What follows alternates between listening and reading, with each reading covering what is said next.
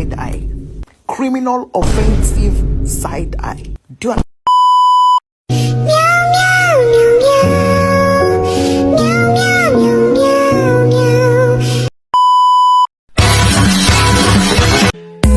Every time you walk into the room, got me feeling crazy. Shock my heart, boom, boom. Any other boy would stare, but me, I look away, cause you're making me scared. Trying not to breathe, 1, 2, 3. Assalamualaikum warahmatullahi wabarakatuh. Perkenalkan, nama saya Rofina Tuan dengan NPM 022722111155. Saya mahasiswa semester 5 dari program studi akuntansi Fakultas Ekonomi dan Bisnis Universitas Hairul Ternate. Nah, di video kali ini saya akan membahas tentang signaling teori dalam perspektif akuntansi.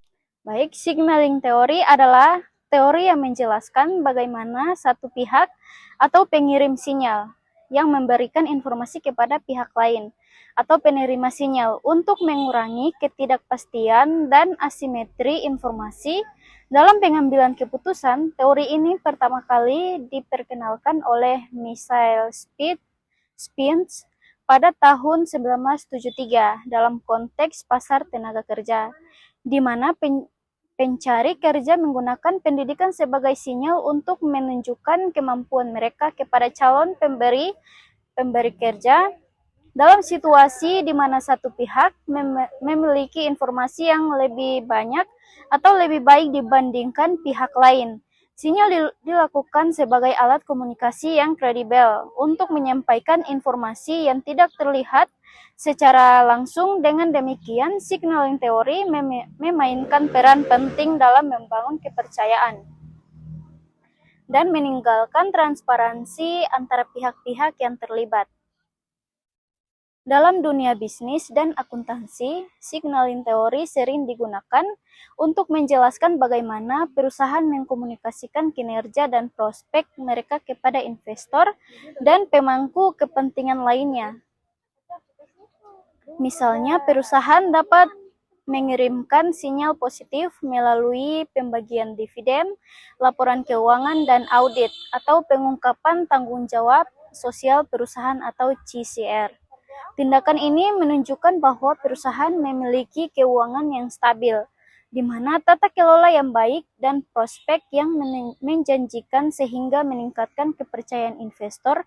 Selain itu, biaya yang dikeluarkan untuk mengirimkan sinyal tersebut juga memperkuat kredibilitas informasi karena hanya perusahaan dengan kondisi keuangan yang sehat yang mampu membiayai signal semacam itu. Dengan cara ini, signaling teori membantu mengurangi ketidakpastian dan mendorong pengambilan keputusan yang baik.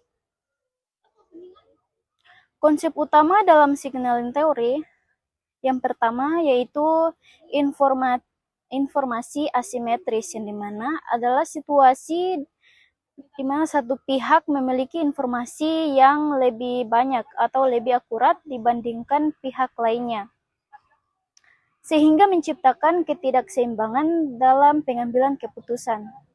Dalam konteks signaling teori, informasi asimetris sering terjadi di pasar, di mana penjual atau manajer memiliki pengetahuan lebih dalam mengenai kondisi internal suatu perusahaan dibandingkan investor atau pembeli. Ketidakseimbangan ini dapat menimbulkan ketidakpastian dan meningkatkan risiko pengambilan keputusan yang salah. Misalnya, manajemen perusahaan mengetahui kondisi keuangan dan prospek bisnis mereka, tetapi investor hanya dapat menilai dari informasi publik yang terbatas, seperti laporan keuangan atau pengumuman resmi, yang dimana karena informasi yang tidak seimbang ini, pihak yang memiliki lebih sedikit informasi seringkali bergantung pada sinyal yang diberikan oleh pihak yang lebih tahu.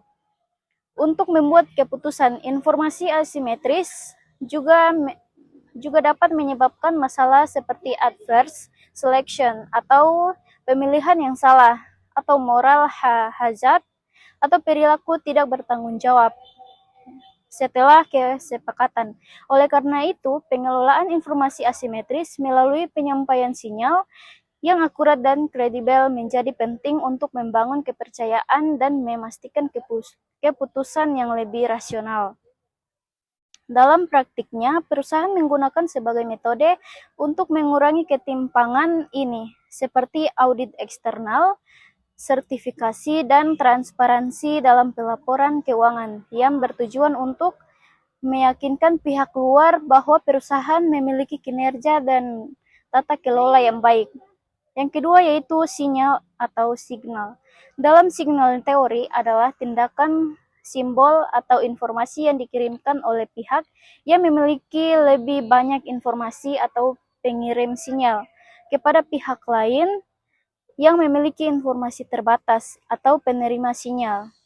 Sinyal ini bertujuan untuk mengurangi ketidakpastian dan membangun kepercayaan melalui penyampaian informasi yang kredibel. Dalam konteks bisnis dan akuntansi, sinyal dapat berupa laporan keuangan yang diaudit, pembagian dividen, pengumuman laba, atau sertifikat kualitas produk.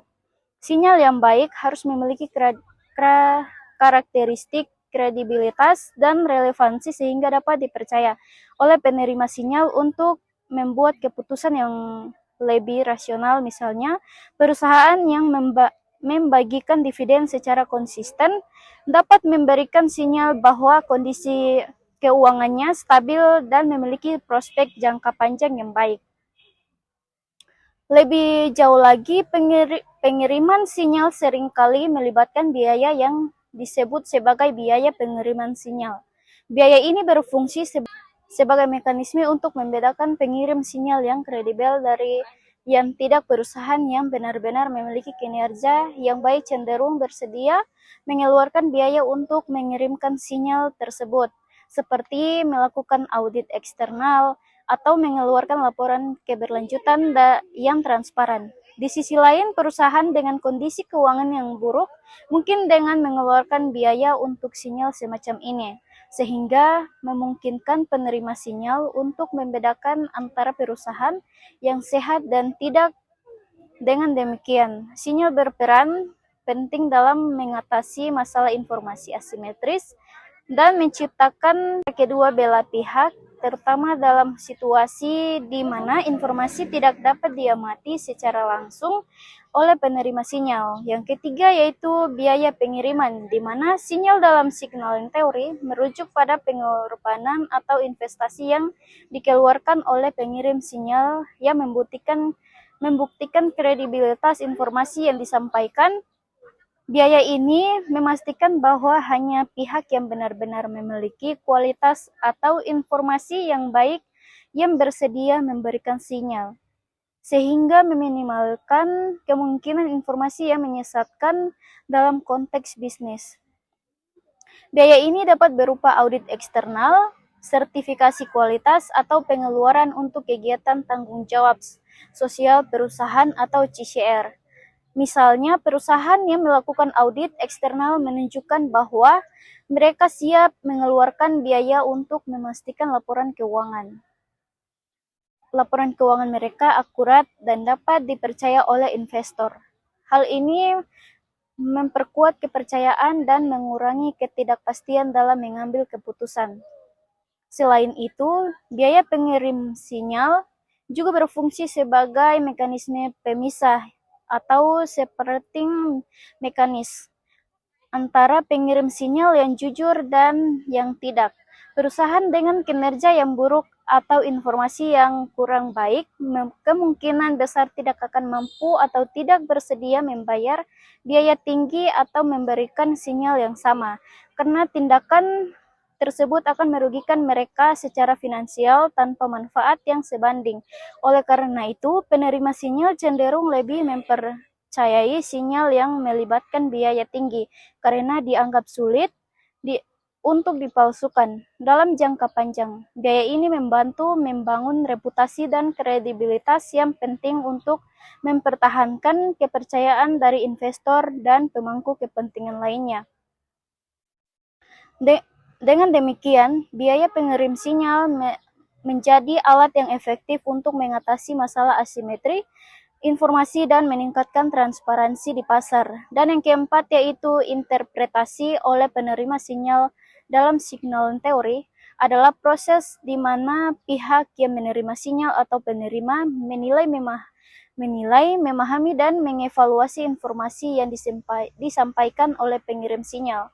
Proses ini sangat penting karena efektivitas sinyal bergantung pada bagaimana penerima memproses dan mempersepsikan informasi tersebut, yang dimana penerima sinyal akan menilai apakah sinyal tersebut dapat dipercaya berdasarkan kredibilitas pengirim dan biaya yang dikeluarkan untuk mengirimkan sinyal. Misalnya, investor akan menaksirkan pembagian dividen sebagai indikasi bahwa perusahaan memiliki arus kas yang stabil dan prospek keuangan yang baik. Jika sinyal dianggap konsisten dan relevan, penerima akan merespon secara positif seperti dengan meningkatkan investasi atau memperkuat hubungan bisnis.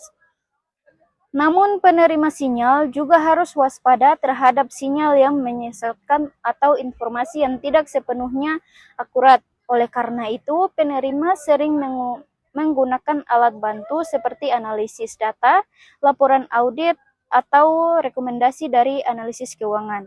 Untuk memverifikasi validasi sinyal, proses interpretasi ini juga dipengaruhi oleh pengalaman, pengetahuan, dan perspektif risiko yang dimiliki oleh penerima sinyal. Dalam situasi di mana penerima tidak memiliki cukup informasi atau keahlian untuk menilai sinyal, mereka memungkinkan bergantung pada opini pihak ketiga yang lebih kredibel. Dengan demikian, kemampuan penerima dalam menginterpretasikan sinyal secara efektif sangat menentukan keberhasilan komunikasi antara pengirim dan penerima, serta berperan penting dalam mengambil keputusan yang lebih akurat dan mengurangi ketidakpastian.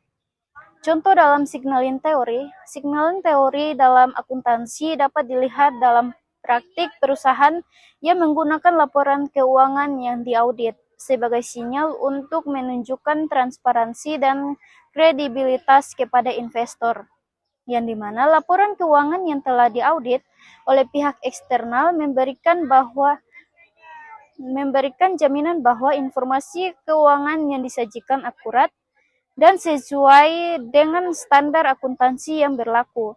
Proses audit ini juga melibatkan biaya yang signifikan, sehingga perusahaan yang bersedia mengeluarkan biaya tersebut menunjukkan komitmen mereka terhadap integritas dan kejujuran dalam pelaporan keuangan.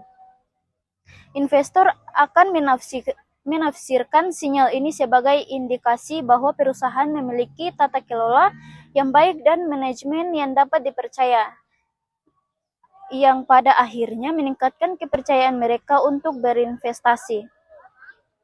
Contoh lain dalam akuntansi adalah pengumuman pembagian dividen sebagai sinyal positif mengenai prospek keuangan perusahaan ketika perusahaan memutuskan untuk membayar dividen, terutama dalam jumlah yang stabil atau meningkat.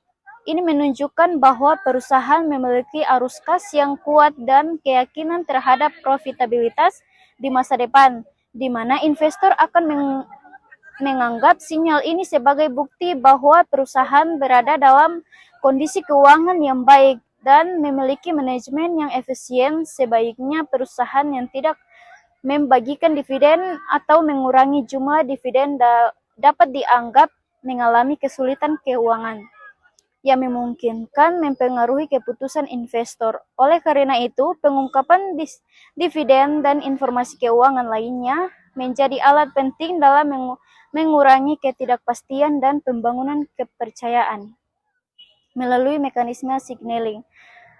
Nah, mungkin hanya itu saja penjelasan singkat dari saya. Lebih dan kurangnya saya mohon maaf. Wabillahi taufiq walhidayah. Wassalamualaikum warahmatullahi wabarakatuh.